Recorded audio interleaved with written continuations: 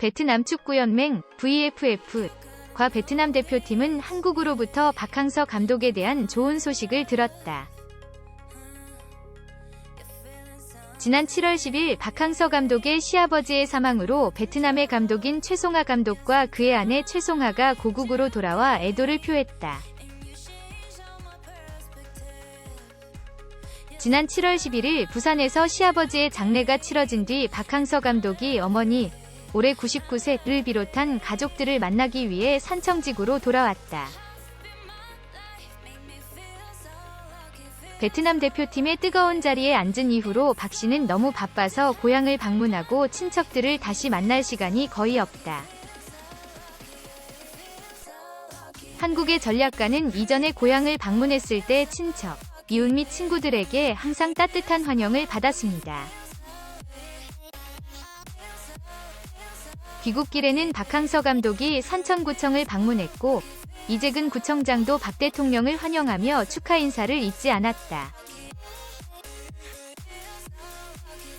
산천구 회장은 박항서 감독을 환영하며 최근 2022 월드컵 예선에서 박 감독과 베트남 대표팀이 좋은 성적을 거두는 모습을 보게 되어 매우 기쁘게 생각한다고 말했다. 박항서 감독은 예정보다 이른 7월 말 아내와 함께 베트남으로 귀국한다. 그전에는 박항서의 베트남 귀국 예정이 8월 중순이었다. 예상보다 빠른 박항서 감독의 베트남 복귀는 VFF와 베트남 대표팀의 희소식이다. 한국 전략가의 계약은 2022년 1월 31일까지 유효하며 1년 연장 옵션이 있습니다. 즉, 2023년 1월 31일까지. VFF는 계속해서 박 씨를 유지하기 위해 새로운 계약을 체결하기를 고대하고 있습니다. 하지만 전략가는 가족을 부양하기 위해 고향으로 돌아가야 했기 때문에 계약 연장이 이뤄지지 못했다.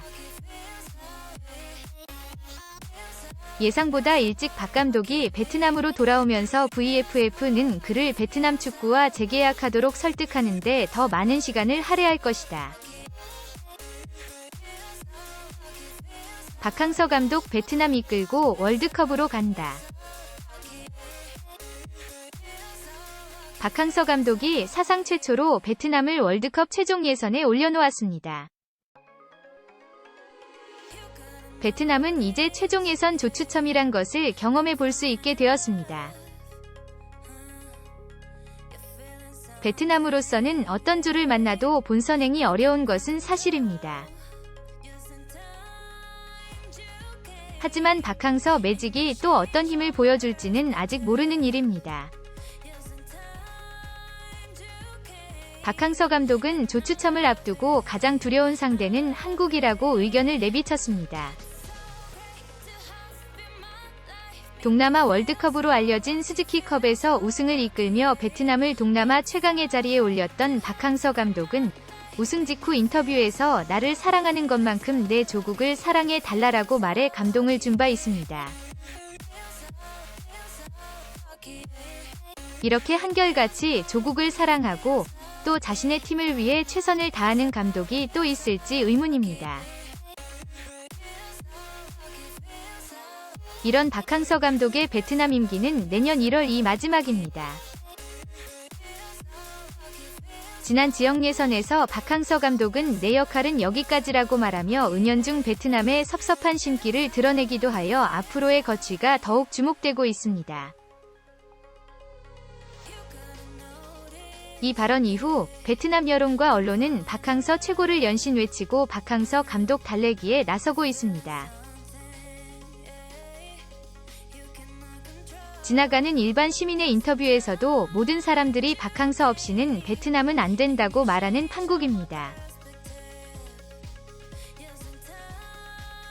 박항서 감독을 잘 아는 지인들은 이러한 분위기 속에서 박항서 감독은 잔류를 선택할 가능성이 크다고 말합니다. 사실 이번에 최종 예선을 올려놓고 1월 임기를 마치면 주변 태국, 인도네시아 등 여러 국가에서 좋은 딜이 올 것임이 분명합니다. 최고의 성적을 모두 올리고 이제 이적을 하기 좋은 타이밍입니다. 굳이 베트남에 남아서 눈에 불 보듯 뻔한 최종 예선 탈락을 함께 할 필요가 없습니다. 그는 이제 모든 것을 이루었습니다. 하지만 박항서 감독은 돈보다 명예보다 우리 국민의 특징인 정으로 움직이는 사람입니다. 걷지도 못하는 아기를 이제 달릴 수 있게 만들었고 아이가 부모님 최고라고 부모님을 따르는 것이 눈에 환할 듯합니다. 아이가 커서 사춘기가 돼서 부모의 말을 안 듣고 반항을 한 적도 있었지요. 박항서 감독에게 베트남은 분명 특별한 팀입니다. 전 히딩크 감독이 연봉과 상관없이 한국팀을 돕고 싶다고 한 것과 같은 일이라고 생각합니다.